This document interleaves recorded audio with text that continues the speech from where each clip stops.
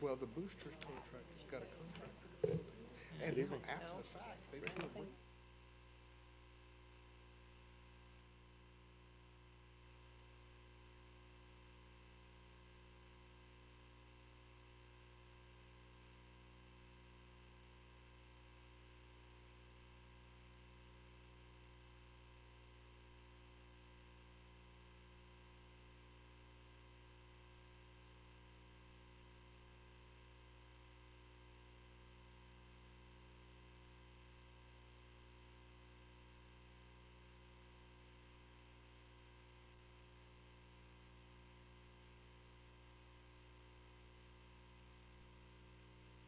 Call to order the regular meeting of the Las Cruces Public School Boards of Education.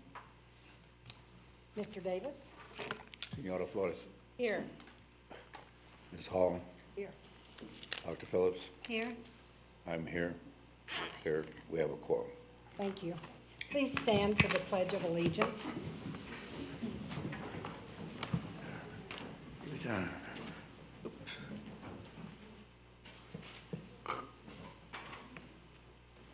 I pledge allegiance to the flag of the United States of America and to the republic for which it stands, one nation, under God, indivisible, with liberty and justice for all.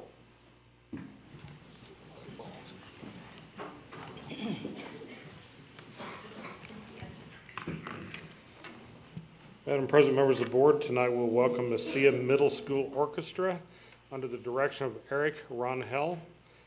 The Mesa Orchestra was awarded first place and state champions at the NMAA State Orchestra Competition last year in the middle school division. Now, they also have received straight superior ratings at all district large group competitions for the past 2 years. That's quite a feat. Tonight they will be performing Gargoyles, Wexford Circle, and Ode to Joy.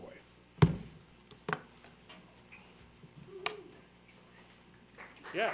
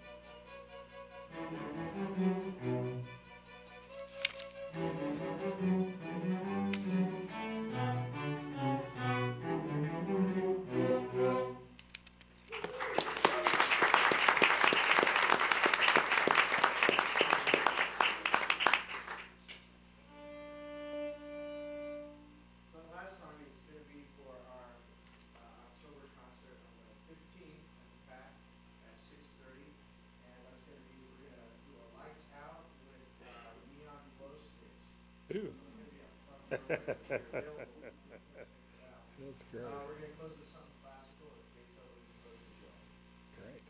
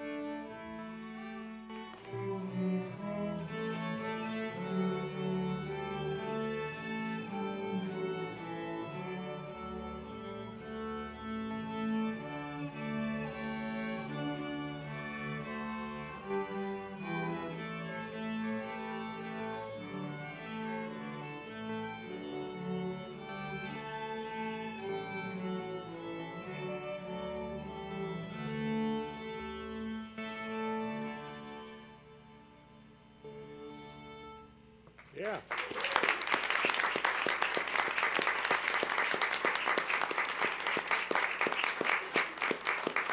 That was wonderful. Now, parents, if you would raise your hands, parents, we'd like to recognize you.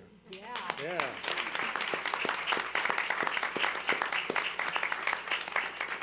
I want to say this to you, your support of your children is so important, so thank you for being here. Thank you for letting us borrow them occasionally to do things like this, okay? Thank you so much, Mr. Runhill. Thank you so much.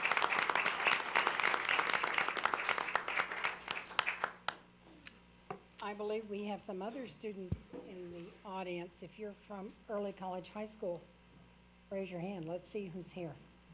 All righty. All right. All right, good.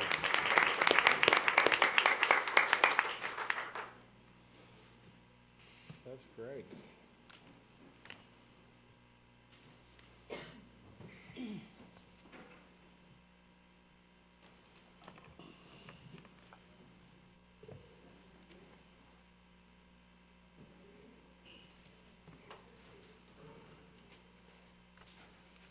I'll entertain a motion to approve the August 19th regular board meeting minutes and the September 2nd work session minutes. So moved. Second? Been moved and seconded. All in favor of approving the minutes? Aye. Aye. The minutes are approved. I'll entertain a motion to approve the agenda. So moved. Yes. Madam Chair, I'd like to request that the vendor payments be separated out again. It is 5A2. 5A2, let me find. From the consent agenda. Okay, I'm scratching that out.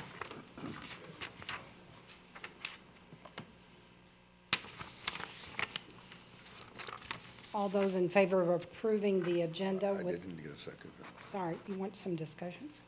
No, I want a second. Yep. Sorry, I'm confused. I made the motion, but I didn't hear a It was second. seconded over here. Oh, you, I'll speak up, girl.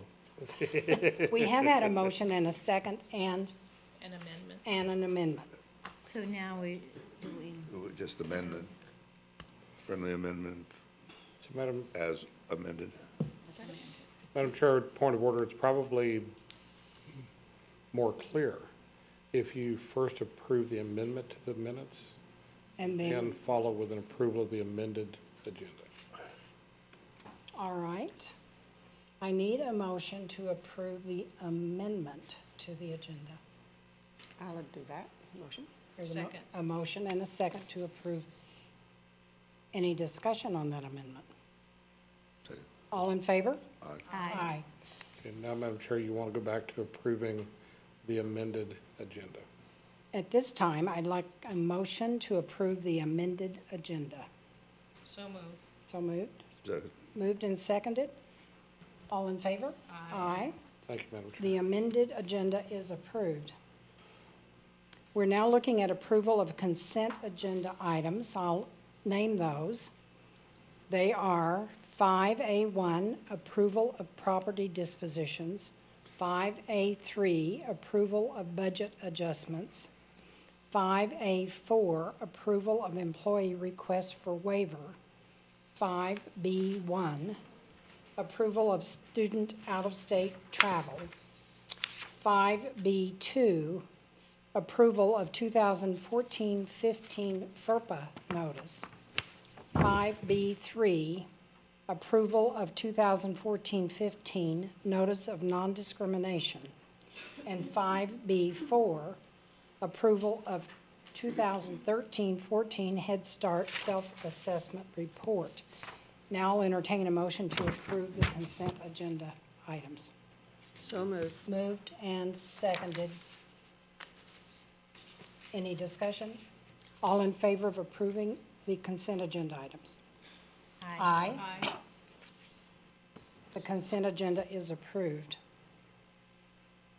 At this time, we're moving to public input, and I do not have any cards in front of me, which leaves me to assume there is no public input. However, I would like to remark to the public that the board will be having a retreat in October, and one of our items will be to discuss how we receive public input. So if you have any thoughts about that, you might send us an email. Thank you. Mr. Rounds? Thank you, Madam President. Good evening, ladies and gentlemen, members of the board. This evening, under the first item, I bring to you the ratification of the collective bargaining agreement between Las Cruces Public Schools Board of Education and CSEC Las Cruces, which will be through June 30th, 2015. With me this evening is Herb Torres, who led our team's efforts as our lead negotiator, and also, I believe, I saw Irma Velaspino. And I believe if Irma has comments she might want to make also. Thank you. Madam Chair, members of the board, Superintendent Rounds, it's my pleasure to come before you tonight to request your approval of the negotiated agreement that we have to date with the CSEC Las Cruces union. The agreement with classified employees, this particular go-around was rather simple and rather brief. We had brought before you in an earlier meeting the request for approval, and the CSEC Las Cruces group had ratified salaries. All we're bringing you tonight is language that was necessary to change in the agreement due to the fact that during the 2013-14 school year, another group of employees, of classified employees, was accreted into the CSEC Las Cruces group, and that group was Nutrition Services warehouse employees. And so there was some changes that needed to be made to the agreement, throughout the agreement, just simply to include language that includes now the Nutrition Services warehouse employees. There was also a change in the materials management salary schedule to include Nutrition Services warehouse employees and manager at the appropriate level for compensation. And this agreement continues through the rest of this year and terminates June 30th, 2015. And so we will begin work in earnest throughout this year, starting possibly next month, to begin to look at the entire agreement so that we'll be ready to bring that back to you prior to the time that it would expire, June 30th of 2015. I want to just take a few minutes, if I may, to recognize the team that Las Cruces Public Schools requested to help with this work. Besides myself as the lead negotiator for the district, we had Eric Frost, Arsenio Romero, Tracy O'Hara, Sean Barham, Nancy Cathy, Susie Hendy, and Karen Robles. And from time to time, when Karen could not attend, Joe Galvan stepped in and assisted. And throughout the process, particularly when it had to do with numbers and funding and financing, Mr. Terry Dean would step in and give us a great deal of help. So I want to make sure that I recognize Mr. Dean. Unless you have any questions for me, I'm going to ask Ms. Valdespino if she wishes to come up and recognize her team. I want to say that the activity that we had during the time that we negotiated with CSEC Las Cruces was very productive. It was very informative, as it always is, and I think it has begun to, again, set the stage for continued discussions that we'll have as we look at the a complete agreement prior to its terminating in June of 2015. Ms. Valdespino?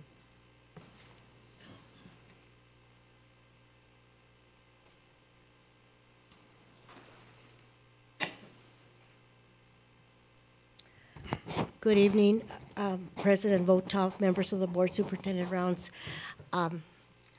I'd like to thank my CSEC team, negotiations team, Leonard Almaguer, who was the chief spokesperson, Jerry Rios, who represented custodians, Terry Barra, who represented the educational assistants, Sandra Romero represented the secretaries, Anna Marie Kreider represented the nutrition services employees. I hope I'm not forgetting anybody else on my team, but anyway, I think I mentioned everybody. I also think that our negotiations was quite productive, passionate at times, but I think it was a good team on both sides. I have to tell you that I did share some of our language with the Zuni Federation.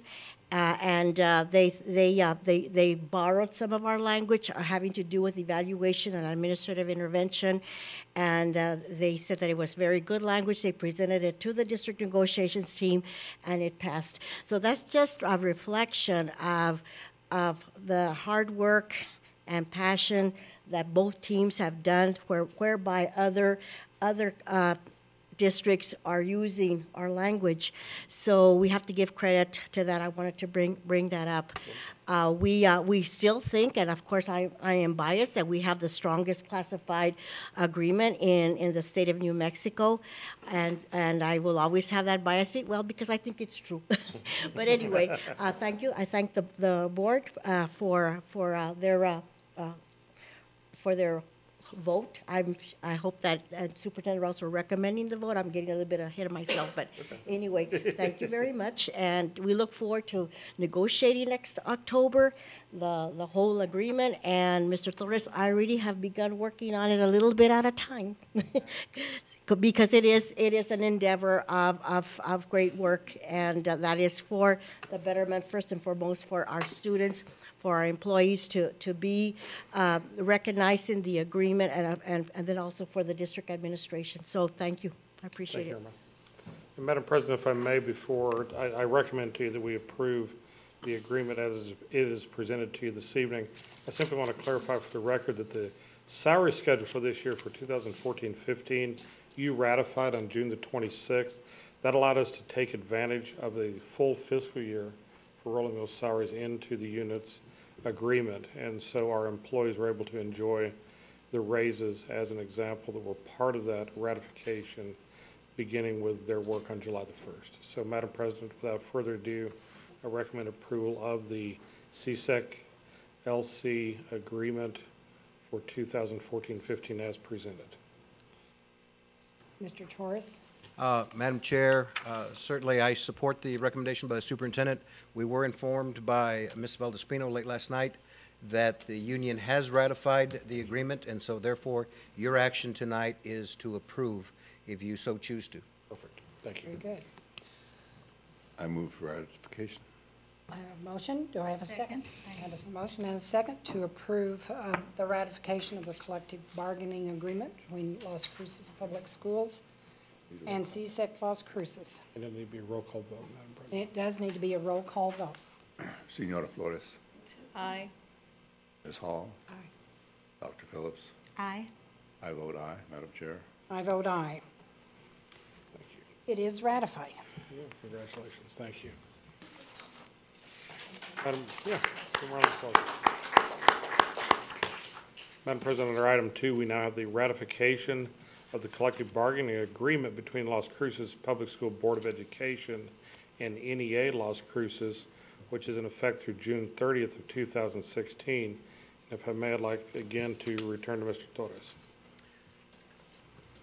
Madam Chair, members of the board, Superintendent Rounds, again, I'd like to begin by thanking the group that worked with me on behalf of Las Cruces Public Schools. Let me recognize them as well. Eric Frost, Arsenio Romero, Gabe Hackes, Susie Hendy, and Karen Robles. And again, also assisting us particularly with the number of items that we dealt with in this particular agreement having to do with not only salaries but also a new approach to increment schedules. The work that Terry Dean assisted us with. Terry came in many times, sat with us many times, did a lot of burning of the midnight oil in taking a look at some of the formulas that that particular work required, and so I want to recognize Terry for his efforts there as well, and also again Joe Galvan for stepping in any time that Karen Robles was not able to continue with the work that she was helping us with as well. Also, I want to recognize the folks from NEA Las Cruces. I see both Patrick and Mary Sanchez in the audience, and some of their team members are here also, and I'll give them the opportunity to come up and recognize them. But I want to thank certainly NEA Las Cruces for their efforts. This was a long and very interesting, very informative, and at times difficult, just simply because of the topics that we were dealing with and the interest. And Irma said it earlier, and I think Mary would say the same thing. At times, certainly, the passion that folks have for what it is that we're dealing with, and the fact that it's going to impact kids ultimately, either through classified staff or through certified staff. It was a very an experience that we all, I think, learned from, and at the same time it was a very informative experience. There was much more to do with this agreement. This agreement does not expire until 2016, so we still have another 2 years to deal with this agreement, and so this agreement addressed 3 major areas, and I'm not going to go through everything. You received in your packet the language changes, but we made some changes in this particular agreement to some definitions, and the definition changes that were addressed happened to be with the term of grievances, and the fact that there are particular types of grievances, and so because of language change that we made in the body of the grievance procedure, we also made some definition changes, and so we now have some additional definition to the word grievant or aggrieved. We also have a definition for a group grievance, and we also have a definition for an association grievance. And so I would encourage you to take a look at the body of work that was done in the collective bargaining agreement and how those definitions come to play throughout the entire agreement, particularly as you deal with Article 18 in the grievance procedure. The next area that we dealt with had to do with employment, Article 4.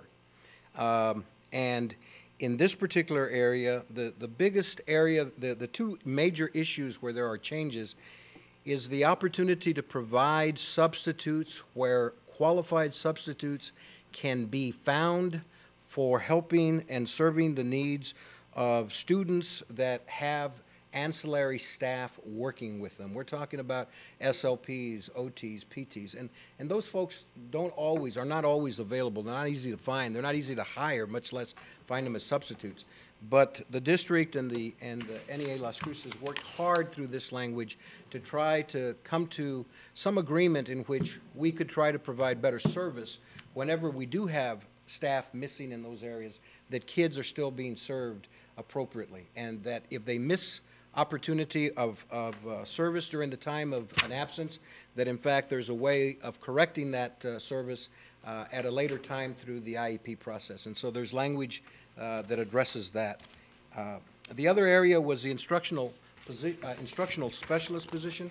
You've had this position in the district for quite some time, and when it was initially created and introduced to the district, everyone became quite excited, and that now you had a position that was going to be able to be housed at the schools, work side by side in a coaching, mentoring process with professional staff. And the only thing that we made a change in this language is that over the years, sometimes there's an issue that comes up, and folks, sometimes it's difficult to determine whether that position of instructional specialist and the principal or assistant principal that does the evaluation sometimes are dealing with sensitive topics that may affect an employee through their evaluation process, and the coach mentor should not have anything to do with that evaluation process. So we tried to include language here that hopefully clarifies that for all people that are involved, all personnel that are involved in that relationship, so that hopefully the relationship of coach and mentor can be strengthened. In Article 8, which is the next article that we dealt with, had to do with staffing. And this one took a great deal of our time and will take a great deal of our time during the course of this year. Because as a result of the discussion in this area, we created a memorandum of understanding. And the reason that we created a memorandum of understanding is that the topics and the discussion in this area with staffing was lengthy, and we were able to do some research. We were able to do some legwork during the time that we were negotiating, but it's going to take a lot more time and a lot more research to come to some conclusion that will best serve the needs of the district and the children and the staff of the district as well. So what we're looking at here primarily for now is that the union has asked, and the district has provided in the past, we've added some clarification language as far as providing, upon request by the union, information regarding numbers, enrollment numbers, early on in the process during the start of a school year. And then the MOU that I will talk about briefly later will actually engage us for the period of time from September through possibly February or March to try to arrive at some process and formula, if you will, if there is such a formula, that would be recommended to the superintendent and to the board to consider in the way that staffing is done in Las Cruces Public Schools in the future. And again, staffing from the perspective of what best meets the needs of children. And you're going to be doing some of that work as it is anyway because of the directive from PED that you received regarding returning back to the statutory requirements of pupil-teacher ratios. And this work will coincide with hopefully some of that work as well. The last article that we dealt with was Article 18, dealing with the grievance procedure. And we clarified some language in here, added some language that simply gives written notification to parties. Make sure that all parties are informed. And so you see some language in here that was added that addresses the term written and all parties. And that was the most of the change in this particular article dealt with that addressing of that particular area. In addition to that, there was language added that any of the grievances that reach level 4 of the superintendent's level and any decisions that are rendered there, he will report to the board on a quarterly basis so that the board is aware of any grievances that reach that level And that will be done as part of your communication with the superintendent by means of what he typically does when he gives you your reports on a weekly basis. This will be done on a quarterly basis, and this will be simply an exchange of information between you and the superintendent. That language was added to that particular article. The last article, Article 20, deals with compensation, and you ratified in August the salary schedules that were implemented so that none of the certified employees, again, would miss the pay period from the very beginning of the school year and therefore not benefit from the full percentage increase that was given to them as far as salary increase. And in addition to that, what we did in Article 20 with compensation is that we had a committee, an MOU committee, that worked all last year and brought forth a recommendation to the negotiating table regarding how to address the issue of increments. We looked back to see when the last time increments were ever examined or increased or modified in any way. And from the group that we had collected working on this, we went back as far as 15 years and couldn't find that anything had ever been done with increments in that period of time. So what we had been paying and what we've been paying in the way of increments for those positions that put in extra time and extra duty, working with students, that additional increments pay, compensation, has been about the same for that period of time. So what we've done in this particular increment schedule is we've tied the increment schedule to a formula that feeds off the bottom of your teacher salary schedule. Tier 1, BA, 0 years. So as that step generates any kind of increase, it automatically runs through the formula and gives a percentage increase, not necessarily that percentage increase, but a percentage increase based on the formula that was generated to each of the increments, so that the increments do not remain stagnant as they have been for the last 13 to 15 years.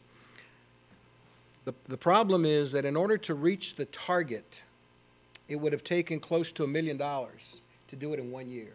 So we're going to have to phase this in over a 5-year period before we even allow that formula to start kicking in. So this year, what we're recommending as part of the agreement is that the increment schedule is phase 1 of 5 years implementation, and then when we get to the 5th year, then the formula that's been developed by the MOU committee and with the help of Terry Dean will actually begin to kick in.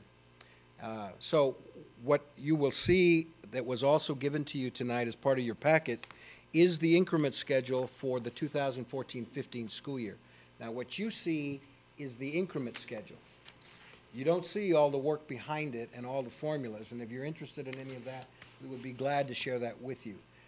But this schedule is what we will be posting and what we will be using and what we will be adding to increments for this school year to the individuals that are in those particular positions. And that is also part of the work that was done by the negotiating teams these past several months.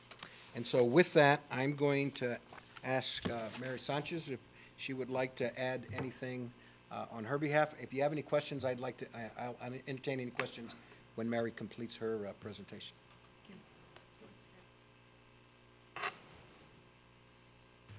Good evening, Madam Chair, members of the board, Superintendent Rounds. I would like to start off by recognizing our NEA Las Cruces team, and we had Deborah Merrill, Debbie Hansen, Amy Simpson, Bruce Hartman, Sherry Alond, and Dean King helped us with some of the financials. And I just wanted to say that this agreement works for us, and it has worked for us in the past, and we look to it to work for us in the future.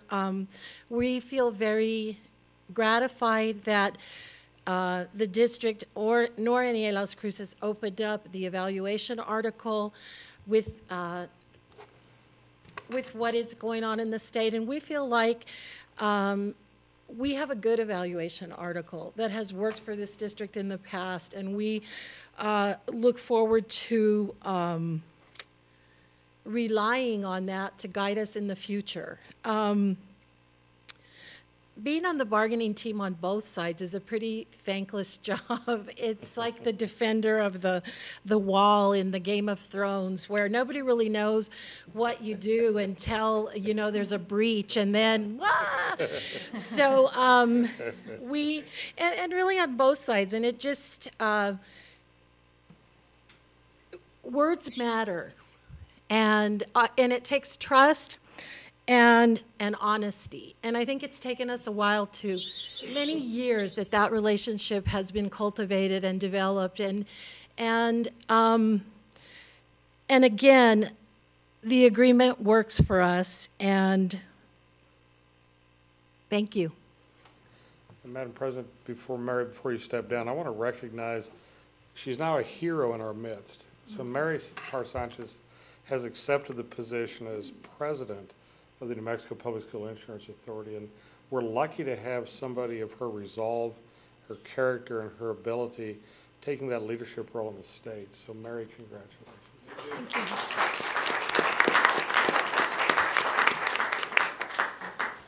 Madam President, without further ado, unless the board has questions, I recommend ratification of the collective bargaining agreement between the Las Cruces Public School Board of Education and NEA Las Cruces, which will continue through June 30th of 2016, as presented this evening. Madam Chair, members of the board, Superintendent Rounds, your action tonight is to approve the NEA Las Cruces Public Schools collective bargaining agreement pending ratification by NEA Las Cruces. They are still in the process of completing their ratification, and so your action tonight is approving that pending their ratification. That way we don't have to come back and address that. Yeah, that's clarification we'll need in the minutes. Thank you, Herb. Yes. So moved. We have a roll call vote. I just have a question. Question? Yes. Thank you, Madam Chair, and Mr. Torres. I just wanted to ask, in regards to the salary schedules, I'm thinking of the ancillary staff. There's some ancillary staff that, have they all been looked at, or are there some that are still pending to be looked at, like, say, for instance, SLPs and diagnosticians? Madam Chair, Senora Flores, I'm glad you brought that up, because I told you I was going to talk about MOUs that we have coming up, and I didn't. And so that reminds me, there are 3 MOUs that we will be working on during this period of time, beginning in September, and hopefully completing the work of the MOUs hopefully by March, if not sooner. One of the MOUs is a continuation of the MOU committee with increments. That work was begun this past year. It needs to continue in order to refine the work that we just started to do with that. A second MOU is the MOU I talked about, having to do with staffing and working with the district along with the development of the plan that the district will be preparing and submitting to New Mexico PED for how we get back into compliance, if you will, with the staffing pupil-teacher ratios.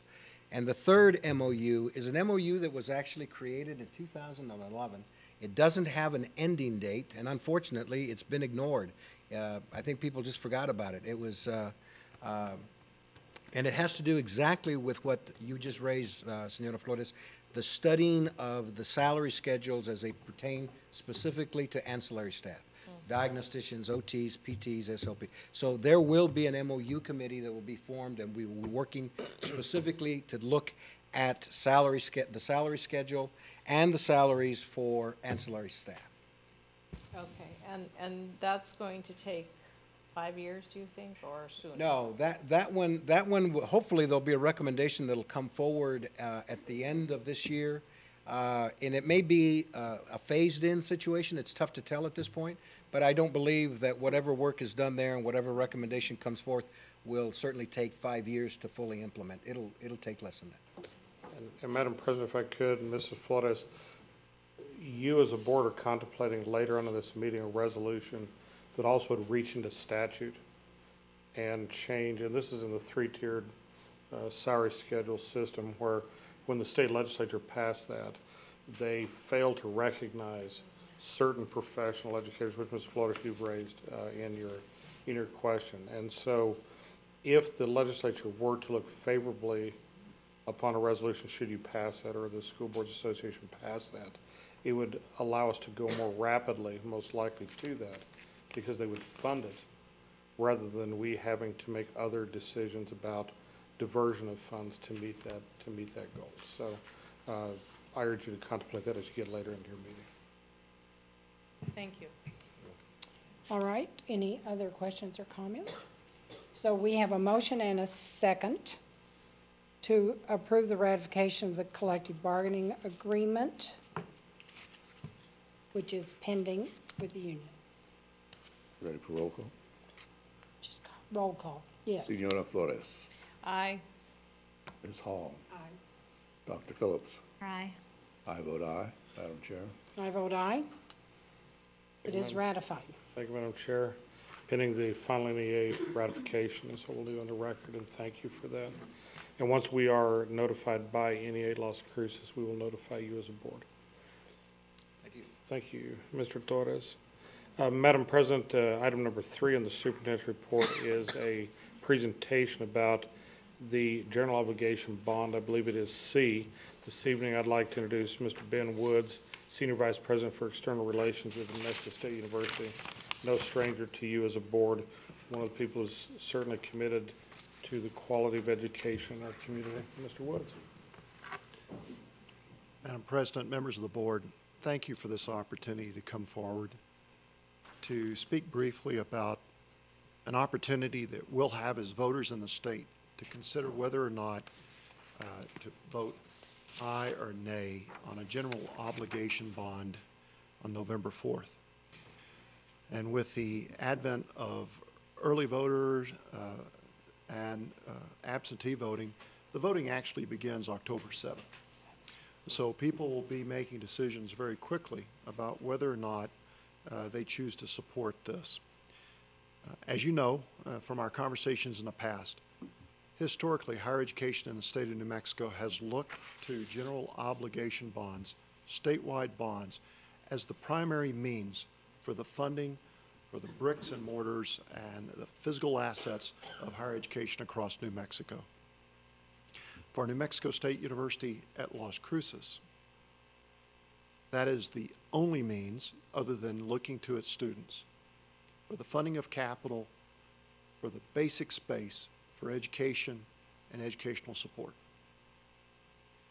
The bond before us would allocate approximately $20 million to New Mexico State University.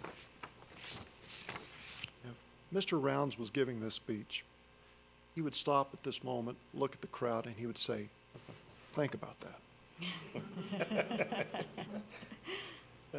And the reason I bring that forward is because, one, we appreciate the fact that the people of New Mexico have funded higher education to the level they have. But to think that at a school that serves 16,000 of our students, the future of the state, that the access to capital is in the neighborhood of $20 million every other year to maintain the physical plant that exists on that campus can give proof that only those projects that are of the greatest need and have the highest priority are coming forward before the voters.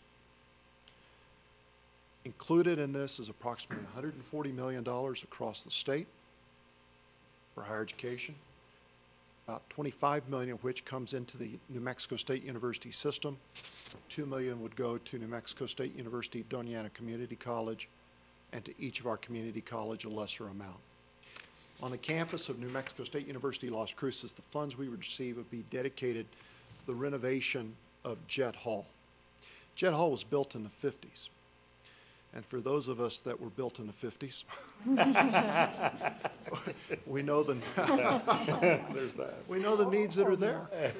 It needs to reinvest to make sure that it's there to meet future generations. Also included is $2 million for Renfro Hall. We hope that this information is helpful. We have some handouts that we've left in the back for any members of the audience. And I have some handouts if I could give to you, sir, Please, that you thank might you. be able to share. Would be happy to do that. Thank you. Thank you. With that, I'd be glad to stand for any questions you might have. Board members, any comments or questions? I'll say that we appreciate having NMSU in our neighborhood, and we'll support you. Thank you very much. Thank you very much. And Ben, thank you so much. I see you brought your better half, is that what we say, or other half, who also is one of, yeah, better two-thirds. And so, Chris, thanks for being here this evening and supporting what goes on. And it's always, well, just to put it in perspective, Madam President, $20 million in 2 years for New Mexico State University. If we put our 10 mil levy, our House Bill 33 levy, and our Senate Bill 9 capital improvements levy together, we spend about $18.5 million a year, which is in the same time period about $37 million as a district to maintain our buildings. So if you put that in perspective, unlike us, the university has no way of taxing the properties within their area, so this is their only opportunity. So you can tell by that this is not a large reach financially for what happens, and why I personally will support this when I go to the polls. So thank you very much. Thank you. Madam President, if I may, I'd like to ask for a point of personal privilege. This evening I laid before you on the dais 2 charts. One looks like this, and one looks like this, and I'll make it available. It'll be available in our materials for the board. And this regards 2 particular questions the board has made to me regarding a series of things that are happening with our staff. And I know our friends in NEA Las Cruces in particular may be interested in these numbers. One of the things we have done is a 3-year trend analysis from 2012 through 2014 of our resignations or retirements among our teaching staff. And what I would report to you is that we have an uptrend, which I think we all thought was happening. Where in resignations in 2012 we had 66, in 2013 we had 62, in 2014 we had 79. So we see an uptick there. And our retirement, you see even a more aggressive trend. And I guess part of that is those of us that were manufactured in the 50s, maybe running out of steam, maybe part of it. But my sense of things is, yes, sir. Well, by the way, he's a little earlier model than I was, but just a tad. But one of the other things that is happening is in the pressure points in our teaching staff, there's also we're having a lot of discussion about those environmental issues and how they affect our staff. And our retirements in 2012, we saw 17 people retire. In 2013, we saw 24. And in the cycle just finishing in August, 47 in 2014. That doubles almost the prior year. And so when you add all those together, we have an uptrend from 83 to 86 to 126 in 2014. And I'll be happy to share the data. I know my colleagues in NEA and I have talked about this. The second chart is a pie chart. And the pie chart looks at, we announced to the board that we, under using the New Mexico Teach Protocol, we disclosed that there were 153 teachers in the district who were what were rated as minimally effective. Now, one of our interests is, does this protocol vary as to the kind of teacher service you're doing? And so we looked at 3 cuts of our teachers. And if you take all 1,800 plus teachers and you look at how those are distributed among general education, bilingual education, special education, here are the percentages. In the 1,800 plus, the total realm of teaching in this district, 77% of our teachers teach in what we would codify as general education, 10% in bilingual education, and 13% in special education. When we take the 153 teachers that are minimally effective by course type, you'll find a striking similarity to that overall group. 76% are general education. That's versus 77% in the total. Bilingual education is 11% versus 10% in the general. And special education is 13% versus 13% in special ed. So from my chair in this very limited study, I see little difference or persuasion that due to at least those three teaching categories, that there's any dissimilarity between that and our total population, which is gratifying when we begin to talk about the impacts of our evaluation process. And I appreciate the comments, Mary, that you made in your presentation. As we look at evaluation systems that are set upon us by the state and how we react to that locally, that's an important discussion for us to have. And we did not make that an opener this time because we quite frankly felt we didn't have enough information about the state system at the time we were negotiating to do that. And so that was a selected choice by me and by the team. We want to be sure that what we do in evaluation has the right parities and the right processes involved in those. And so as we go through time, Madam President, members of the board, my intent is to bring you additional data analysis to help us drill a little deeper into the cause and effects of teacher evaluation. And so I'll be providing that for you both in your weekly and then periodically in our meetings as we move through the year. But I thought that might be information worth looking at. So, Madam President, thank you for that point of personal privilege, and we'll return to the agenda with, I believe, Human Resources, Madam President. I wonder if any members of the board have questions about that item. No? Okay, thank you. Thank you. Madam President, I think that moves us to the item B, is that correct? And Dr. Item B, Murphy. Human Resource Development. Yes, good evening, Madam President, members of the board, Superintendent Rounds. Before you, you have a detailed August employee report indicating the number of offers, resignations, and no retirements in August. So I stand for any questions. And Madam President, I could return to that prerogative. I'd like to also make one other point for those gathered. Dr. Murphy and I have discussed over the last several days the issue of unpacking, if you will, the state's NM Teach protocol and process. And I'd like to publicly offer her services, and mine, by the way, to meet with groups of the association as we try to collaboratively sort of unpackage and unpack the process and provide information such as we just provided in others. And we just want to make that public offer to you. And Madam President, I think Mary said it best when she said I think from my chair, we have a high level of professional integrity in what we do and professional trust, and we want to just be sure we continue working in that motif. So we'd like to share it, Chair Like. Thank you. Very good. Any questions of Dr. Marufo from the board? Any comments? Moving to other reports, 5A2, approval of vendor payments. Ms. Flores, I believe you had a question. Mostly it was, Madam Chair, it had to do with a payment that was made, another membership fee of $10,000. I have the check number and everything, and I just had wanted that to not, we never actually voted on it, but I had questioned the need to make that kind of a payment for membership.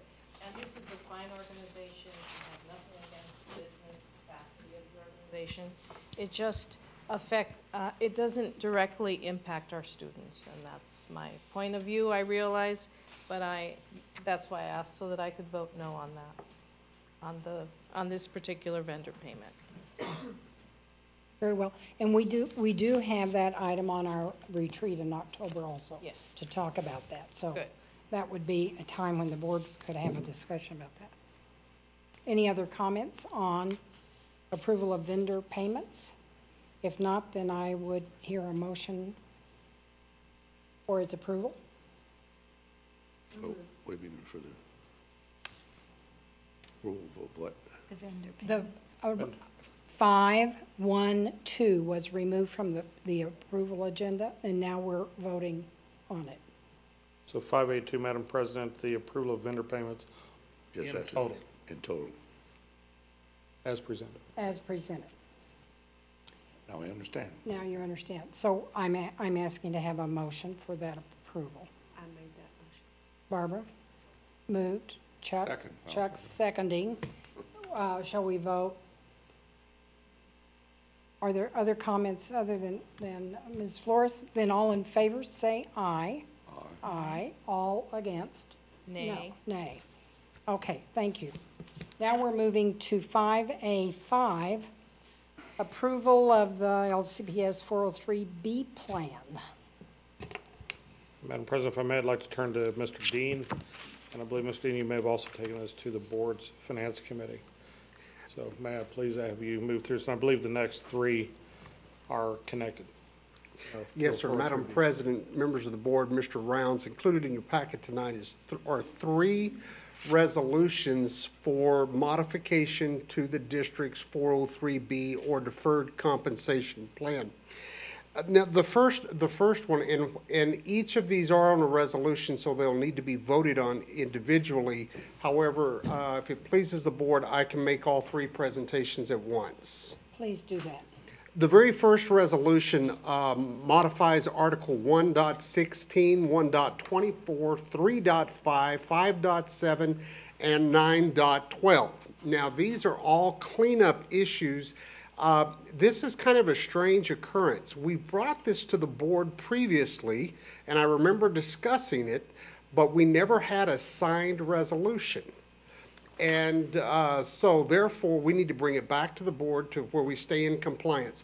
All of these are compliance issues with the 403B plan and as to what is includable in income for computation of income and deduction for the 403B.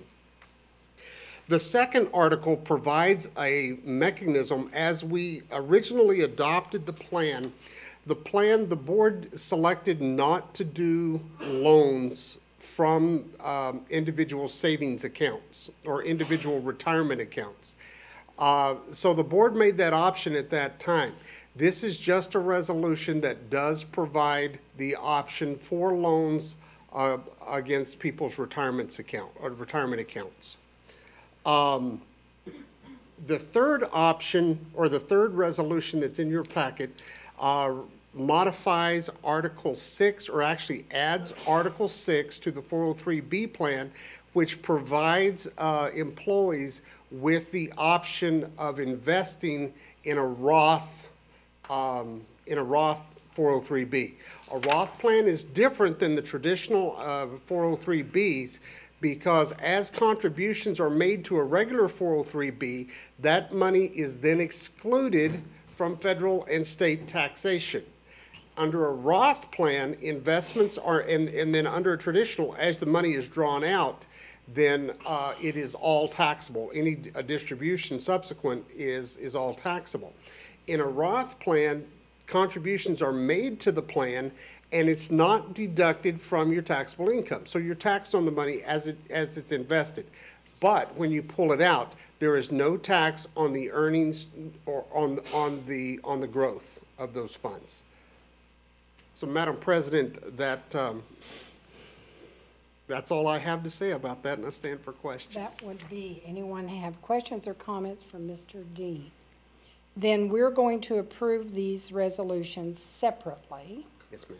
And each action must be a roll call vote. So, beginning with item 5, I will entertain a motion to approve the LCPS 403B plan, Article 1.16, includable compensation, Article 24, severance from employment, Article 5.3, minimum distributions, Article 5.7, qualified military service distributions, and Article 9.12, qualified military service benefits resolution. So moved. It's been moved. Second. And seconded. Now let's do a roll call vote. Senora Flores, Aye. Ms. Hall, Aye. Dr. Votaw. Aye. Oh, sorry. Dr. Phillips. Aye. I vote aye. That resolution passes. Item 6, approval of LCPS 403B Plan, Article 4.1 Loan Resolution. I'll entertain a motion to approve that article. So moved. Been moved? Second. Been moved and seconded. Roll call vote. Senora Flores, Nay. Ms. Hall. Aye. You're coming last. Dr. Phillips, her name's Phillips. Aye. I vote aye, Madam I Chair. vote aye. Item 6 also passes. Item 7, approval of LCPS 403B Plan, Article 6 Roth Contributions Resolution. Need a motion? So moved. Moved and Second. seconded. Roll call vote. Senora Flores, Aye. Ms. Hall, Aye. Dr. Phillips. Aye. I vote aye, Madam I Chair. vote aye. Item 7 passes. Thank you, And now we have the fourth quarter report for La Academia de la Huerta, which is a mouthful for me. And Mr. Dean. Madam President, members of the board, Mr. Rounds, included in your packet tonight is the fourth quarter report for La Academia de la Huerta, and I can coach you on how to say that Thank properly, you. Dr. Votaw. You did it while hunting, I'm proud of you. You did a smack in the I head. I practiced. think he This report is actually coming to you a little late because of the timing of the submission of the report. La Academia de la Huerta actually had a new business manager beginning as of July 1st, so the report was a little bit late. Included in the report is the cash report. The charter reflected a cash balance of $252,700, which is an increase of $144,000. Yes. Now, that is approximately 20% of the charter's SEG for the year. So they have a significant cash balance. The revenue report also projects revenue of $1.5, almost $1.6 million, and the operational fund is 81% of the total. In the expenditure report, however, I found that there was a discrepancy of $4.70 between that report and the cash report. However, the report has been approved by the Public Education Department as submitted. Therefore, and this is the last report that La Academia de la Huerta will be submitting to the board because they are now a state charter. I recommend, Mr. Rounds, I recommend approval of the report. Madam President, and I don't believe it requires your action statement. It's our final report to you. And if there are any questions, we'd be happy to stand for those. Board members, any questions or comments? Okay, thank you. Thank you. We're moving to item 5C, constructions projects report, item 1. And Mr. Kennan. Madam President, members of the board, Superintendent Rounds, if you see in your packet the construction, I do want to make note that obviously the big project being Cruces High, I've been attending those meetings each week. This project, a very complicated project, but we're right on time. And I want to publicly acknowledge our construction team. They've had trouble with steel coming in on time, but they were able to redo their schedules to where we stayed overall on schedule still. So it's an outstanding company, but also we've have very limited change orders. So it's not costing us a lot of extra money. And that's a tribute to our design team. They've done real good plans. So, you know, knock on wood, this is still we're still early in this, but this project's going very, very well. So at this time, this is an action item, but I recommend that you go ahead and take a look at this, and I stand for questions. Board members, any questions or comments? Madam President, I'd like to ask, so Mr. Kennan, do I understand that by this time next year, we expect students in this phase? This is what we're working as hard as we can to have them in the fall. By contract, it's not till Christmas.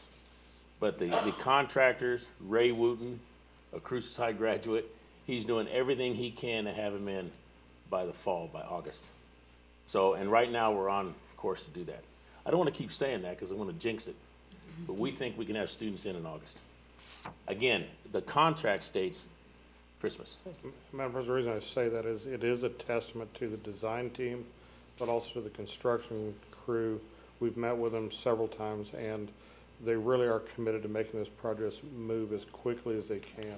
And I think our kids may benefit on that by next fall. Okay. Board members, any comments, questions? I just want to say that I find it startling every time I drive down El Paseo, so. Fascinating. It is fascinating, and so I think it's a great project, and I'm glad we're on time. Absolutely. We're moving to Roman numeral 6, board items. A, new business, first reading of policy ILBB, state program assessment. And if I may, Dr. Thank you, Madam Sanchez. President. Thank you, Madam President, members of the board.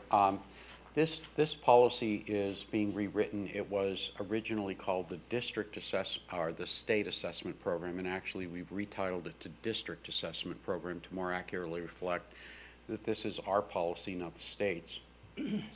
Originally approved in 2012, the purpose is modified to note the establishment of procedures for the selection and administration of all district assessments that actually comes into compliance with what we're required to do by the state, obviously, and beyond small technical changes to that policy, the major addition is an opt-out provision for various assessments that's now included in policy, where before it was just included in regulation. So it was a confirmation by the board that they approve of us providing those opt-out forms to parents should they ask. That, Madam Chair, will stand. This will go on to second reading. With that, we'll stand for any questions. Posted. Board members, any questions or comments on this one? Senora Flores? Madam Chair, Dr. Sanchez, I'm glad to see the opt-out provision that has been added, but also I'd like to see if maybe we could include strengthening the IEP process for SPED students so that no unnecessary testing will take place or testing that they cannot handle, that it be stated clearly in the IEP. And I don't know if this is the best place to put it, but it seems to me that we need to make some kind of statement for SPED students to protect them and to protect just their educational process, that it not cause any harm. Thank you, Madam President. Mrs. Flores. We'll actually look at our special ed regulations that we have in place to address that. We're also addressing the end of course exam and the weighting of the final exam, and Dr. Miller Tomlinson is working on that language, but that's with your grading and reporting policy. We were looking at how we might incorporate that after a suggestion from a couple of board members. It's more appropriate in the grading and reporting policy where it's mentioned, but we will take that under consideration and provide that during information on second reading. Thank you. Do you have any? I want you to look at Roman numeral 3B, National Assessment of Educational Progress. The acronym is NAEP. Yes. And it says the NAEP is given each year. Yes, ma'am. Okay, I just wanted to double check that. It used to be less frequently. Yes. Used to be every other year, Madam President. Now it's every year. Then looking at item F, the opt-out item. I don't know how we do it, but I want it to be very clear to parents, any consequences that come from opting out. And do they need to be in this language here? I know that we've talked about that, elementary children really don't face a penalty, but high school students may. So should that information be in this policy or somehow cited? Madam President, we'll take a look at that. It is on the form that the parents actually sign what the consequences are for the high school graduation assessment and those kinds of things. But we'll discuss that and bring a recommendation forward. Madam President, we might want to go to regulation because that's where we can also codify the forms and formats that go with it. But let us look at that. We'll also talk to council about where best to vest that information. And this is posted online so the public can comment? Yes. It will be after the meeting tonight, Madam President. Thank you. Senora Flores? Yes, it just occurred to me that I was looking for the opt-out form on the website and I couldn't find it again, so let's make sure it's on there or easy for parents to find, because when I saw that, then I wanted to see it again and I couldn't find it. So either I'm doing something wrong or it's slipping away. Thank you. Things slide away. All right, under old business, we need to talk about the 2015 New Mexico School Board Association resolutions. And just to provide some reminder about that, we have talked about this a couple of times. We were working from about 10 possible resolutions. And last week I sat down with some people, we looked at those and decided we could encapsulate the ideas in all 10 of them in fewer resolutions if they were distilled. One area was to go back to the resolutions the NMSBA had last year, many of which we were reiterating and reaffirming. And the other was to think about some of the big problems the school district has, one of which is recruiting and retaining teachers. And the third one was about our need for some flexibility from the state as we attempt to be innovative in our own school district so that we could use our resources in ways that are helpful to us. In the same way that charter schools are permitted to do so. So the three resolutions you see in front of you are on those three topics: recruit and retain teachers and other educational personnel, allow waivers in creation of innovative programs, and continued support for the 2014 NMSBA resolutions cited. So, board members, I'm assuming you have some comments about these, and I know, Dr. Phillips, you do. I do. I will start. Looking at the one about support for, let's see, how can I pull the one where we are supporting all the 2014 resolutions. One of them listed is about the park assessment.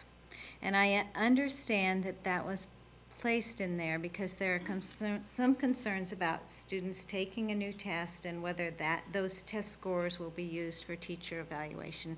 And I understand that's one reason that we were talking about the park assessment. But when I read it, I got this feeling that it says delay full implementation of the park assessment. And if we did that, then what we're doing is asking them to leave in place either the New Mexico SBA that they're already taking, or talking about a different assessment. And I'm thinking that we should say, let's move forward and use the park assessment, but discuss more about how the results of those are used in the first few years as we're just beginning the park assessment. And I agree. I think our language should be explicit that, actually, I think it would be a benefit for us if our kids are taking the park assessment without the penalties attached to it. So, and the penalties are using that to score teachers in schools, among other things. So if this language could be explicit about what full implementation, delaying full implementation means. I think that was the conversation we had earlier, as I recollect. Yes. And it just didn't seem to come out in this statement, and I'm wondering if we can adjust the statement so that is understood more fully. So, Madam President, I think we could. So let me make sure I understand so we can be explicit with language, and Dr. Sanchez over there and Ms. Cervantes back there can help us with language. So what I hear us saying is park would still be administered, but the effect of park on perhaps teacher evaluation, school grading, would not be an appropriate use of the first year's park testing protocol? That's what Am I on point? I personally believe. Madam President, is there, just to refine it more, is there also concern about the student information itself? I can't think of any, but I'm just making sure I'm clearing the. Are they going to category. use the park assessment as the test that they're looking for graduation? Madam President, yes is the answer, and so we would seek clarification on how we would get there to the point you just raised. If this is the state's testing protocol, and it's not in place as NMSBA, which is the other way through that, it would leave you with end of course as your only option, Dr. Sanchez? Correct. So would we, You may want to add that, again, in the first few years, this will not be a negative effect on students also. Madam President, I think I capture the sense of that. I'm wondering about how to codify the verbiage for that. Perhaps as we discuss this, we could work on some language and bring it back to you before your action, Madam President, because we need to move this for tomorrow. Problem is, yes, how It's due tomorrow.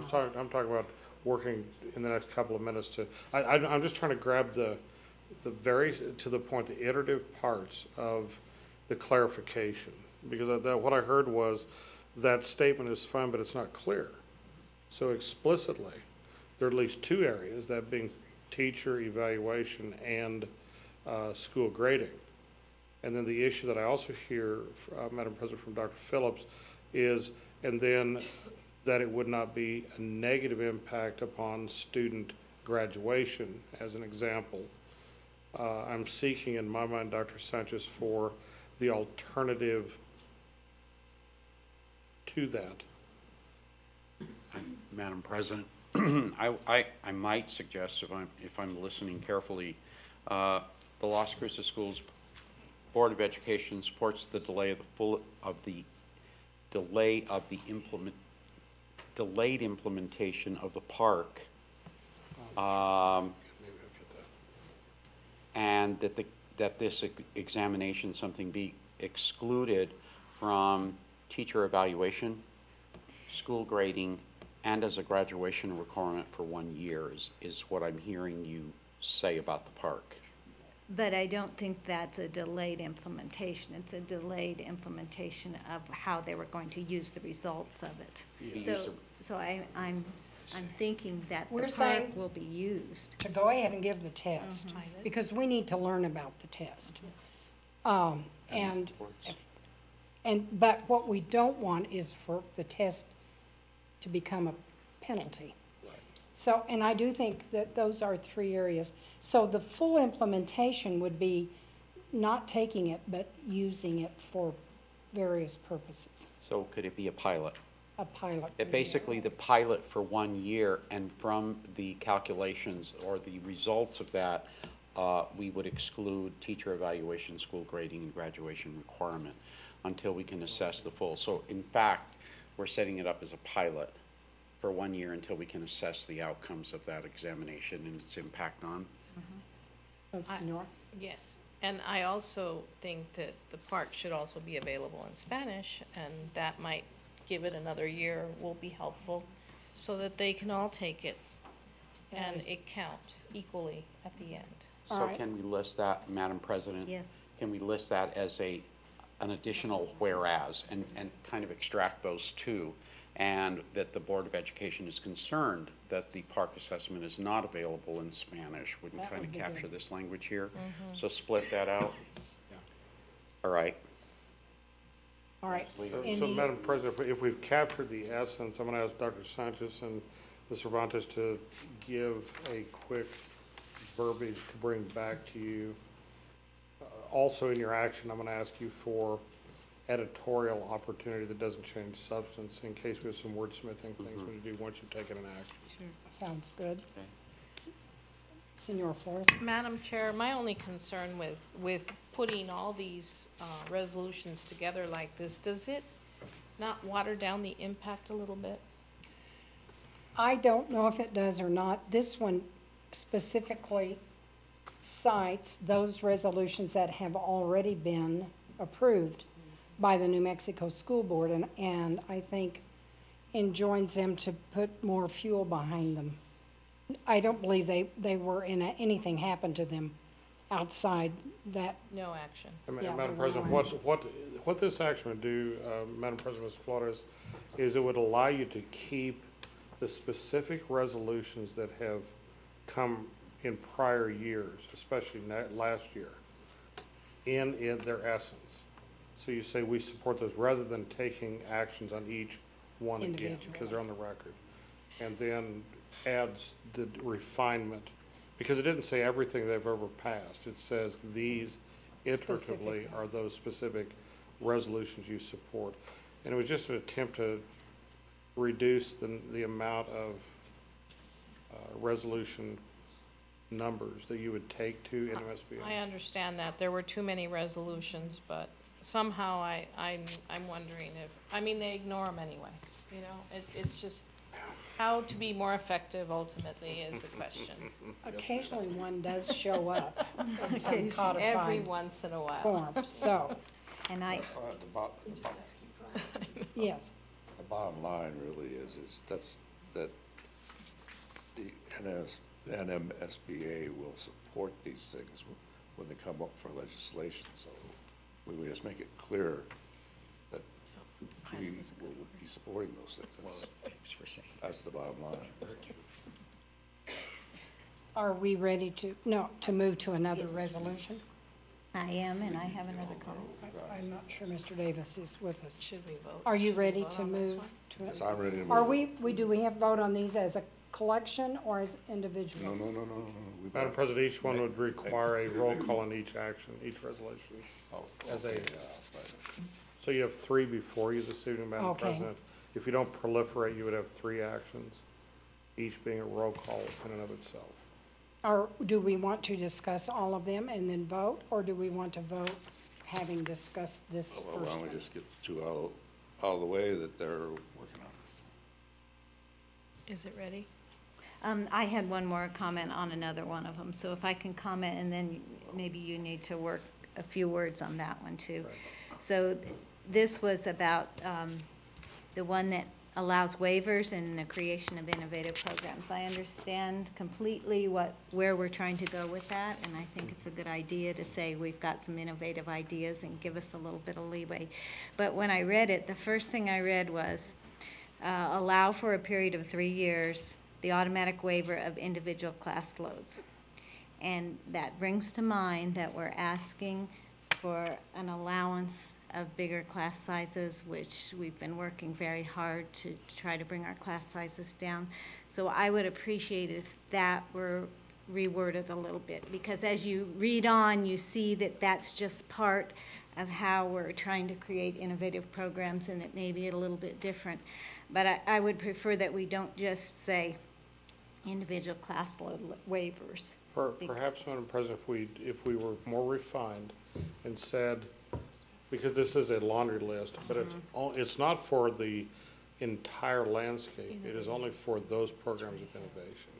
Is that the point, Madam President? It's part of the point, but really, we don't want to give ask for a blank slate to make our classes larger. And I don't believe that was the intention of that statement, but it sounds a little bit like it. So, Madam President, perhaps we could indicate, would the board be comfortable with indicating something after the laundry list upon approval by the local Board of Education? That might help. I guess my reading of it wanted to put the conditions of the waiver ahead of the list. I mean, I see us saying one condition is it has to be an experimental initiative. And another condition is that it has to demonstrate by a 75% proficiency marker in order to be continued. So I think the conditions of the waiver need to be clear before the list. if you just flop those where what we want to do with it is clear and it doesn't look like a blanket statement. Because if they read first, you're looking for 75% proficiency. They understand that's why you want the waivers. Yes. So, Madam President, you're suggesting that those statements become whereas. Either that or the paragraph now therefore gets a complete reversal of its content, bottom to top, top to bottom. So, Madam President, might say something like, the development of innovative programs developed by a local education agency and waivers established for innovative programs will meet a 75% proficiency marker in reading, mathematics, and science, and then ask for the education, the PED to allow those conditions. Is that kind of where you're heading? Yeah. And I certain, maybe, Madam President, Mr. Reynolds, certain programs. Instead of enumerating those, for necessary, for waivers to certain regulatory requirements, and you not be specific about what those are, but it may be more specific to the program, and that, I think, kind of addresses Dr. Phillips' concern, if we could word it that way. What do you think? And Madam President, what we might, I would agree with that. You're always in that quandary between how explicit do you want to be, because you want to begin to enumerate some of the waiver provisions that you expect them to allow. And these are pretty much what's in statute that get in the way of innovation technique. But I don't have any problem with a broad statement. And perhaps then, Madam President, we could provide a white paper with this that would enumerate the kinds of efficiencies we're trying to meet. Or the ones we've used. Or the ones we've used, Madam President. In the innovations we've. I understand the point of it. We're not asking for carte blanche class load. What we are asking for is, in the case where class load waivers or how we construct the classes don't fit statutory design, because we think it's a better design for that innovation, we're allowed to do that, is in effect what we're trying to say. Right, and I understood that overall idea. I just, the way it was stated. It's a point well taken. So Dr. Sanchez is doing his duty there, I see, and I think we may have language in that case for us. And the third one, we'll talk about it, is requesting an effort to recruit and retain teachers and other educational personnel.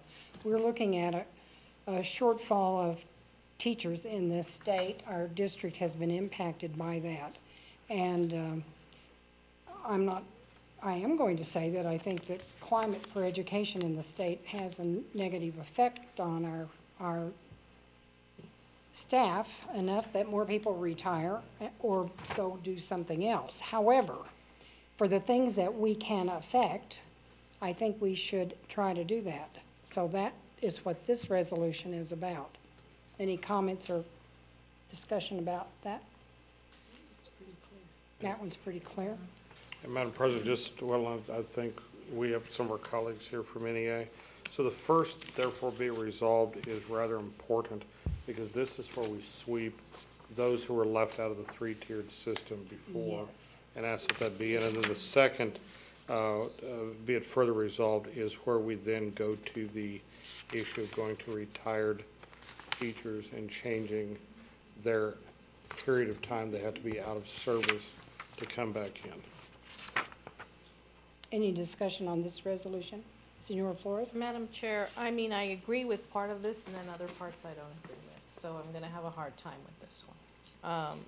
I don't agree with, trying to change the retirement, time that they have to stay out. I think a year is a good amount of time,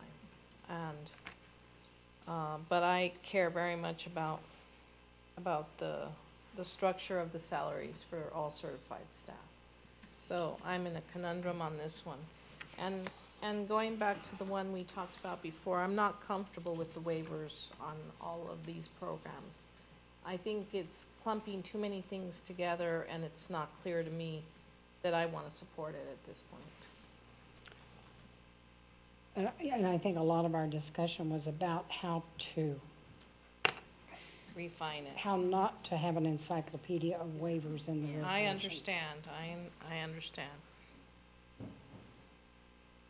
So, Madam President, would it please the board, or at that point in discussion where perhaps Dr. Sanchez and could, I see you brought your computer up here, so I'm turning to him, could read through the language adjustments we've made on the two in question? Would that serve the board's needs? And Mr. Rounds, Madam President, on the point just raised by Mrs. Flores, I think that is a difficult piece. But notice that it says to fill critical vacancies in high needs areas. So if we had a mathematics teacher at the high school who had retired, we couldn't find any other people that we would actually be able to recruit from those retired folks. So it's not a blanket change in the law, but it's based on a petition by the LEA because they cannot fill a high needs position. I don't know if that helps any, but that is to fill critical vacancies in high needs areas. So we or any district would have to demonstrate that, and we could bring a teacher back out of retirement perhaps early.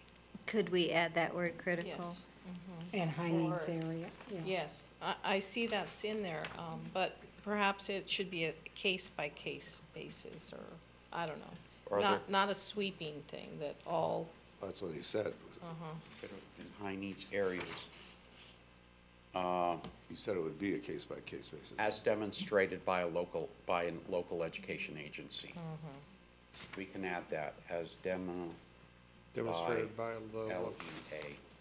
Okay, that's good. Okay. Madam President, Mr. Rounds, members of the board, Leslie worked on this quickly. Whereas the Las Cruces Public School Board of Education recommends implementing the Partnership for Assessment of Readiness or College and Career Assessments the first year on a pilot basis. Also, that the results of the PARC assessment would not be considered for high school graduation requirements, school grades, or NM teacher educator evaluation system until outcomes may be assessed. Also, the board is concerned that the assessment is not available in Spanish. So that kind of captures it in one whereas. Was that that was in the whereas, so then now therefore be it resolved would have to have. Therefore be it resolved that implement the PARC assessment on a pilot basis for 1 year for the public education department, so the public education department can fully study and establish the appropriateness of all assessment components to serve as a guide for student learning, school grades, and teacher evaluation. Good. I think that makes it a lot clearer. Yes, much more explicit. Save. You're a little worried there, Ms. Butler? Whoops. Save. Delete, oh, no, that's the wrong key. Yeah, that's the other one. So that was in this one. So I think they've done some work on that one too. So then, Madam Chair, we're going first one as amended then? Are we ready to vote on number 1, expressing continued support for the 2014 New Mexico School Boards Association resolutions as amended? May I have a motion? So So moved. moved. Moved and seconded. Second. We've had discussion. Are we ready to vote? Let's roll call. Right. Senora Flores, Aye. Ms. Hall, Aye. Dr. Phillips, Aye. I vote aye, Madam Chair. Aye. That resolution passes. The second one, which is the second one? I don't have the order open. The second one has to, Second one, Madam Chair, in the order here is innovative programs. You may deal with any one you wish to select as next. all right, are we ready? Do we have an amended version of that? No,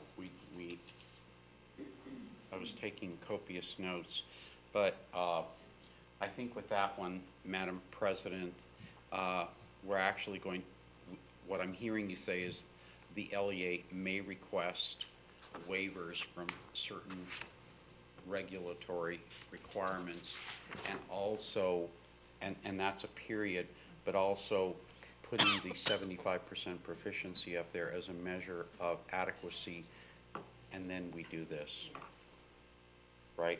Now, are you seeing that as a whereas? Oh, okay. Whereas. So we add a whereas, Right, where, the whereas would be that an innovative program is showing great promise, and we could actually use that 75% proficiency, and now therefore be a resolve that we formally request the legislature to consider a change to allow for these waivers. Certain waivers, regulatory waivers, we don't enumerate them. Certain regulatory Okay. waivers. That's what I was hearing the board. is that vague? That's vague on purpose, I understand that, but what does that convey then? Do we negotiate the explicit components? I think, Madam President, we could actually put in to the resolution to give more guidance to the School Boards Association and to the legislative body, if this were to pass, that the LEA would, through application to the Public Education Department, make the case for the waiver and why it's necessary to continue that innovative program. That sounds like a good protocol. Yes. Dr. Sanchez, would you We like will. to have a couple of minutes crafting that? So then why don't we go to the third resolution, which is the one on recruitment and retention of teachers? Yes, ma'am. We didn't have any changes to that one. Senora Flores, I was gonna ask, is there anything that would make Well, I that think he did change it. critical. Yes. He put Yes. a little one in there, but I will. Okay, there was an amendment. Just, there is an amendment. He did say critically needed, but I think if he says waiting period to fill critical vacancies. Critical Just to vacancies. make it clear that we would do that for those positions that we Yes. couldn't fill. So, I need a motion on this resolution for retention and recruitment of teachers as amended. As amended. Anybody want to make one? Ms. Hall moves it. Second. Mr. Davis seconds. We need a roll call vote. Okay, Senora Flores, Aye. Ms. Hall, Aye. Dr. Phillips, Aye. I vote aye, Madam Chair. I vote aye. That resolution passes. Madam President, just for the sake of time, I think you might have two options at this point. One would be to move on to your action on board meeting conflict dates and the board member reports, come and then back. return to this, if that would be, if that would please the board. Very good. So for the moment, we can table the third resolution. Move to item 6A2, action on board meeting conflict dates. At the September 2nd work session, we suggested that the December 2nd work session and the December 16th regular meeting be combined and held on December 9th. We also asked maybe to move the May 19th regular board meeting to May 26th. Board members, any comments or thoughts about that? That was sort of our discussion. We just needed to vote to change our calendar for these conflict dates. Was one of the options just dropping the work session?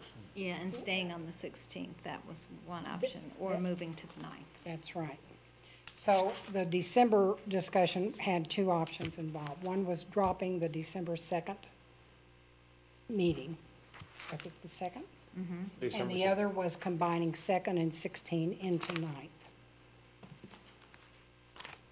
Both of them, we dropped the December 2nd. is Both that would drop December 2nd. We One have- would It just Right. meet depends on on the whether we meet 16th or the the 9th. 16th or the 9th.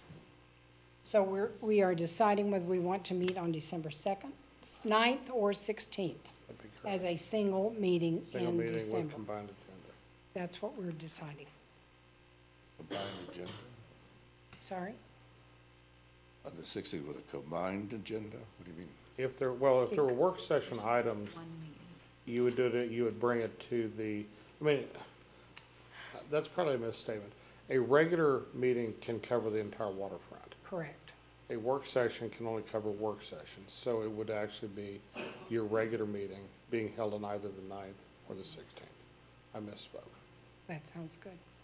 Any conversation about that? Does someone want to make a motion? So move. I'll second it. And was that on the 9th you're moving? Okay. The motion has been made to hold the December school board meeting on December 9th, a regular meeting, and to drop the work session, basically. Somebody make a motion? They have a motion and a second. I got a motion and a second. Oh, okay. All in favor, sorry. Aye. Aye. So December has been taken care of. The other issue is May 19th. That is Mayfield graduation night. The recommendation was made to move it to May 26th, which is the day after, Labor Day. Day after Memorial. Labor Day. Memorial. Memorial Day. I move that we move that meeting to May 26th. the motion to move the meeting to May 26th. Anyone want to second that? Second. Seconded by Senora Flores. Any discussion? All in favor of moving the May 19th meeting to May 26th, say aye. Aye. Aye. Those two meetings have been changed. Thank you, Madam President. I see we're still deliberating back there, so if, Let's do the policy is where we J. could go to A3. Yeah, let's go to policy JLC number 3.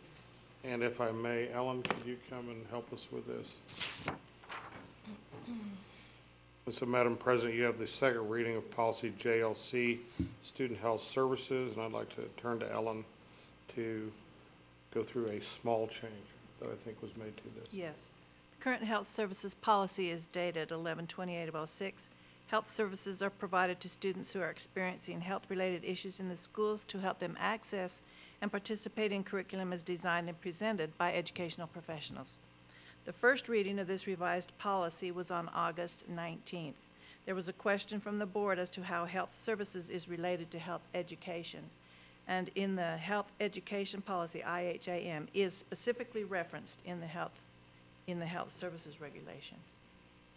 So that's how they go together. There's been no public input. There's been no public. No and public This is the input. second reading. Yes, Second reading. Board member, Senora Flores? Yes, thank you, Madam Chair. Ms. Williams, I was wondering if we could also maybe add a quick statement to, and I'm deferring to you just as to your expertise. If it would be good to add collaboration with school-based health centers at the high schools. I think we also referenced that And policy, so okay. I wasn't sure. I'll check. Okay. And that's my only question. So Okay. if you could just let me know. Okay. Board members, any other questions or comments? So we will have third reading and vote on it next time? at our next regular meeting, and Madam President will also provide the board in your weekly the answer to Ms. Flores' question. And again, we simply announce to the public there is an opportunity for public input between now and that next action. Very good. That's good. Thank you. Thank you, Ellen. Are we ready back there? Oh, good. Madam Chair, they operate under pressure very well. We've had lots of practice. Let's learn how to put this up on the screen so we can all see it. Yeah, I need a conversion point there. That's a good point. All right. I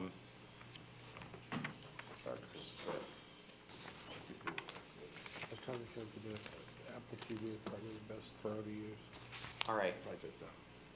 Yeah, don't you?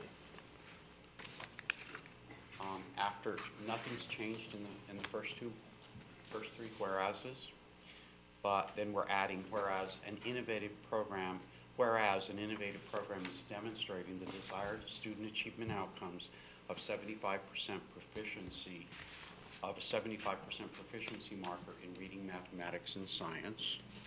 Now therefore be it resolved that the Las Cruces Public Schools Board of Education formally requests the 2015 legislature and the Public Education Department to allow a local education agency to request waivers from certain regulatory requirements for a period of 3 years to give the district time to establish and continually evaluate the established program. It still needs a kind of little tiny bit of wordsmithing, but that's it. And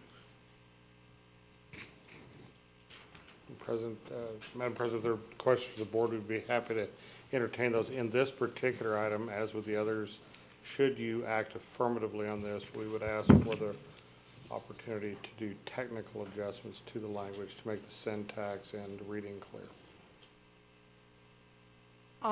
I'm looking at this and thinking how particular this is to Las Cruces, and wondering what the New Mexico School Board Association as a whole will garner from adding this resolution. So, Madam President, to that point, I had a meeting with the area, well, it's the Superintendent's Advisory Council, which represents the regions of New Mexico and the 2 largest districts, last Thursday in Albuquerque.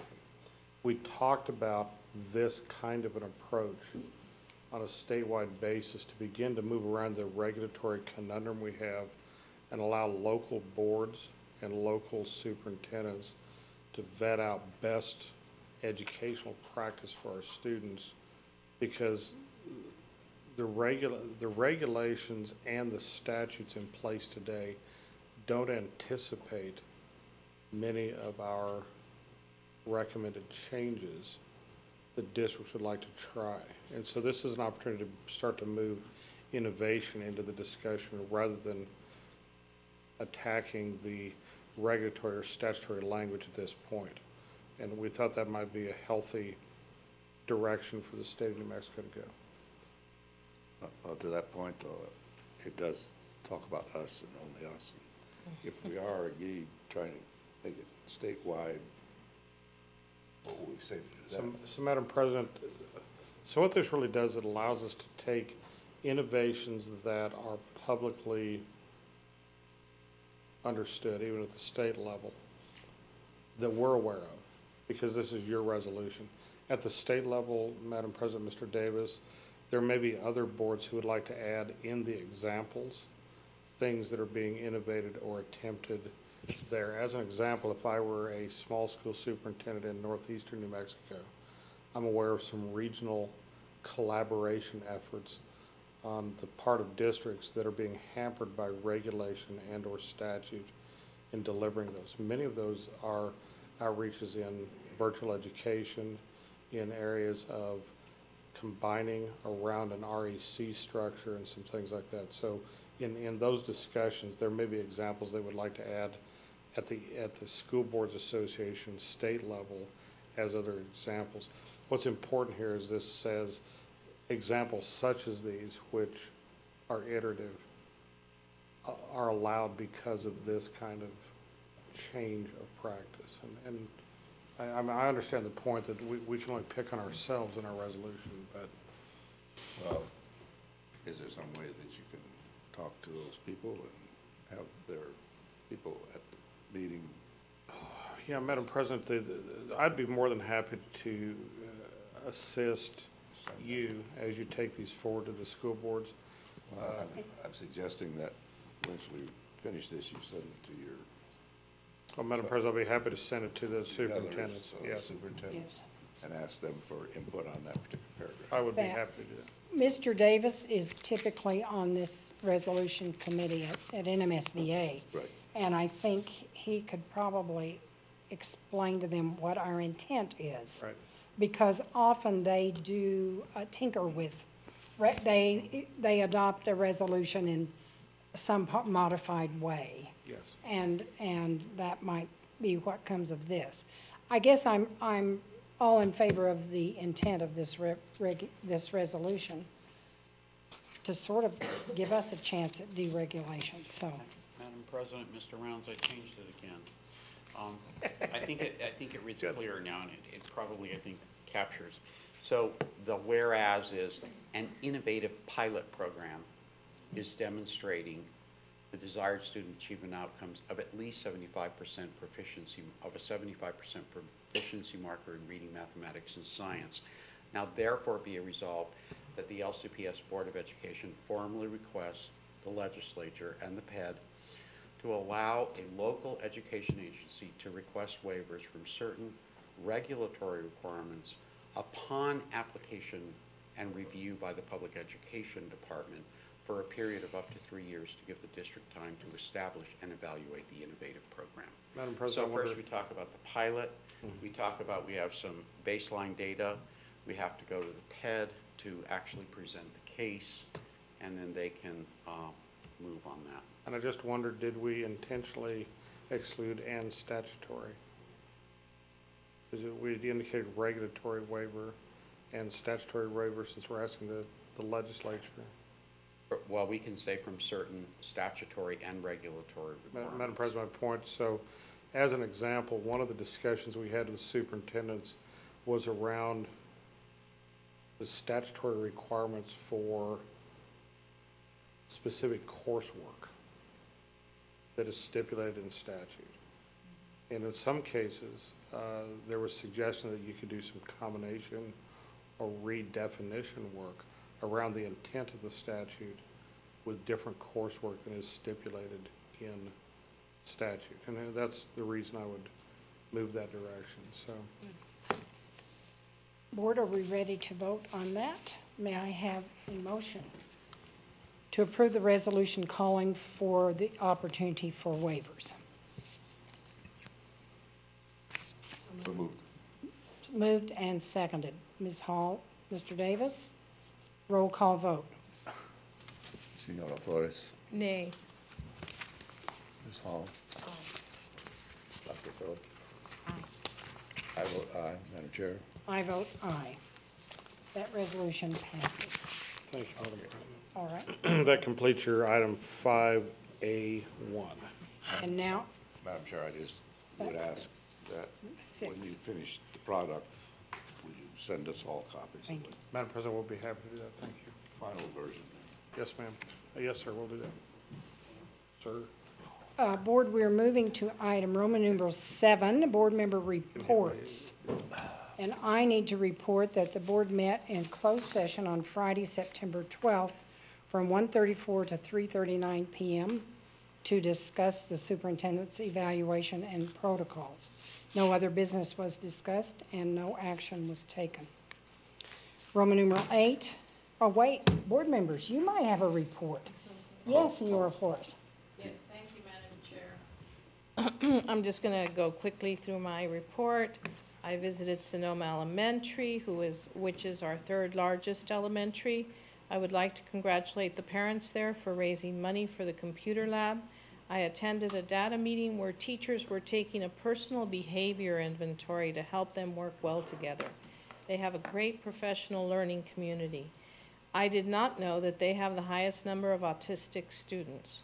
Teachers there work double duty. They are busy. I visited Picacho Middle School for the open house, and they had a huge turnout of families on a Friday night.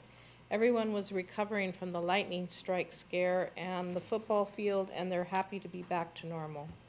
I visited East Picacho to see Miss Leslie work with ELL students on Lego digital design. They were taking over the hallway with their little Lego vehicles, and I also watched as they built a house following certain instructions. I'm actually going to try this because it looked like it was so much fun. I visited with several dual language classrooms and saw work in progress. I also was a facilitator at the early childhood education convening with Engage, and the group began the discussion of a county-wide plan to align with state planning to provide free and equitable pre-K for all 3- and 4-year-olds in New Mexico. It was exciting to work with the experts of early childhood, some of which belong to Las Cruces Public Schools. I was interviewed today by Maggie Taylor, a senior at Las Cruces High School, regarding the Children's Reading Foundation. It also gave me an opportunity to walk the halls of Las Cruces High School, and I saw the construction from the inside out. That was interesting. Some of those beams are really close. I visited Hillrise Elementary and saw a new location of their DD preschool program. At first, the teachers were concerned that it was going to be a problem So far, it looks like they've done a wonderful job of adapting the portable for the little ones. Our teachers really do a good job of this, and Mr. Parker showed me around the school to see the new furniture in the library. In preparation for the early childhood education convening, many of us toured the Region 19 Intelliseum in El Paso, and I don't know if any of you know about this. There is a beautiful museum dedicated to 3- and 4-year-olds. It's strictly for Head Start children, and the staff there have done an amazing job. And they rotate all the Head Start students in El Paso through the museum at least twice. And it is an actual museum, especially for 3- and 4-year-olds. So if you haven't seen it, El Paso always surprises me with the things they come up with. And finally, I've been lucky to teach a first teacher class with the Children's Reading Foundation with Alejandra Garcia at Hermosa Heights, and we've had two sessions. We share with parents how to do simple play and reading activities to help their children be prepared for school. That has been the most fun of all. Thank you. Ms. Hall? I went to after that, it's a hard act to follow. I went to the District Advisory Council meeting. It was a great meeting, lots of people there, and I felt that there was a lot of support for programs and excitement for things that were happening. Mr. Davis? Oh, Madam Chair, Yes. I forgot one thing. I wanted to thank Dr. Sanchez because I didn't realize this at the beginning of this year, but we now have enlace classes in all the high schools. And I just wanted to thank you for your support on that and getting it done, making it happen. So I'm very happy about that. Very good.